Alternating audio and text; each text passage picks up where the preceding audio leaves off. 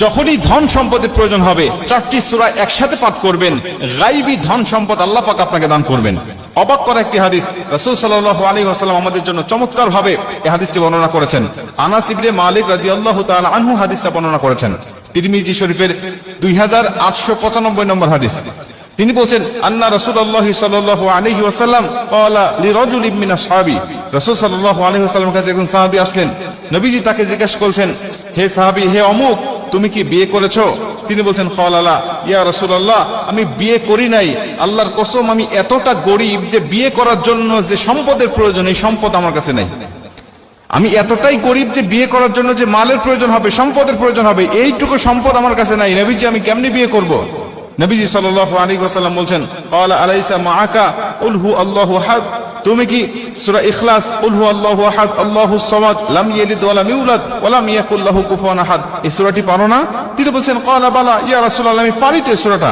নবীজি বলছেন, ক্বালা আলাইসা মাআকা ইযা জাআ নাসরুল্লাহি ওয়াল ফাত, তুমি কি সূরা নাসর ইযা জাআ নাসরুল্লাহি ওয়াল ফাত ওয়া রাআইতান নাসা ইয়াদখুলুনা ফি দীনিল্লাহি আফওয়াজা ফাসাব্বিহ বিহামদি রাব্বিকা ওয়াস্তাগফির ইন্নাহু কানা তাওয়াবা, এই সূরাটি তুমি পারো না?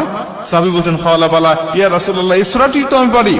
নবীজি বলছেন, ক্বালা আলাইসা মাআকা, হে সাহাবী, তুমি কি কুল ইয়া আইয়ুহাল কাফিরুন, এই সূরাটি পারো না?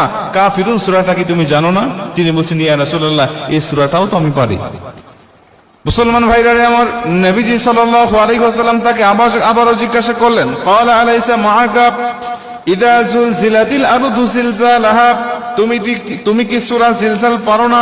সাহাবী বলেন, ক্বালা বালা ইয়া রাসূলুল্লাহ, সূরা জিলজাল তো আমার মুখস্থ আছে, প্রত্যেকটা সূরা আমি পারি। যে চারটি সূরার কথা আপনি বললেন, নবীজি বলছেন এই চারটি সূরা তুমি পাঠ করো, আর তুমি বিয়ে করে নাও। নবী দুবার বললেন, তুমি যদি এই চারটি সূরা নিয়মিত পাঠ করতে পারো, আমার আল্লাহ পাক তোমাকে গায়বী রুজির ব্যবস্থা করে দিবেন। তুমি যদি চারটি সূরা একসাথে পাঠ করতে পারো, আমি নবীজি বলছি, তুমি বিয়ে করছো, বিয়ে করতে ভয় পাচ্ছ না, ভয়ের প্রয়োজন হবে না।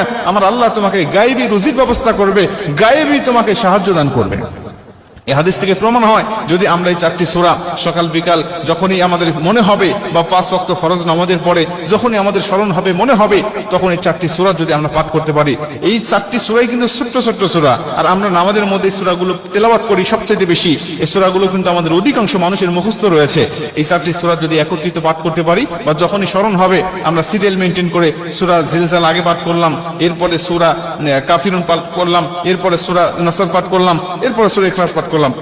অথবা হাদিসের যে ধারায় বর্ণনা হয়েছে, হাদিসে নবীজি আগে বলছেন সূরা ইখলাসের কথা, আমি আগে সূরা ইখলাস পাঠ করলাম, এরপরে নবী বললেন সূরা নাসরের কথা, নাসর পাঠ করলাম।